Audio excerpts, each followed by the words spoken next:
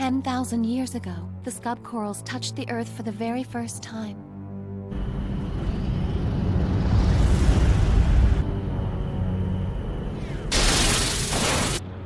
Whether or not what created them was something that was artificial and deliberate, or some kind of natural phenomenon, even the scub corals do not know. However, when they first gained consciousness, they were at the bottom of the ocean. They swallowed up all sorts of creatures living in the sea and fused with them. Fused? To become one with them.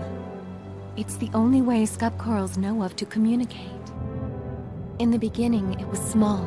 However, as they repeatedly communicated, they forgot about time and became much larger than any other life form on Earth. Humans started to fear the scub corals. However, the newly born scub corals didn't think they posed a threat at all. They continued to use their methods to aggressively attempt to communicate with every living thing on the planet. The more aggressive the scubs became, the more the humans feared them. Finally, mankind left the Earth. That happened 10,000 years ago. After the humans were gone, the scub corals reached out to any and every creature still living on Earth and fused with them. And when they became the same size as Earth, the scub corals looked around and realized that there was nobody left to communicate with. They could no longer fuse with anyone, and nobody was calling out to them as they did before.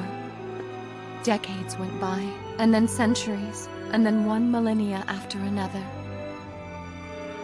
The immeasurable time spent living alone taught the scub corals how important it was to have something other than yourself in this world. Human beings came back to try to live on this planet after that, didn't they? Yes. It was something that made the scub corals very happy. Happy? Yes. You mean they were that lonely? You have to understand that to the scub corals, humans were the only intelligent life form that showed potential for communication. That's why, when the humans came back, the scub corals decided to be very cautious. They already understood that scub corals were feared by their new human companions. What they wanted was to communicate and walk down the path of life with them. But all they had was fusion as a means to correctly convey their thoughts.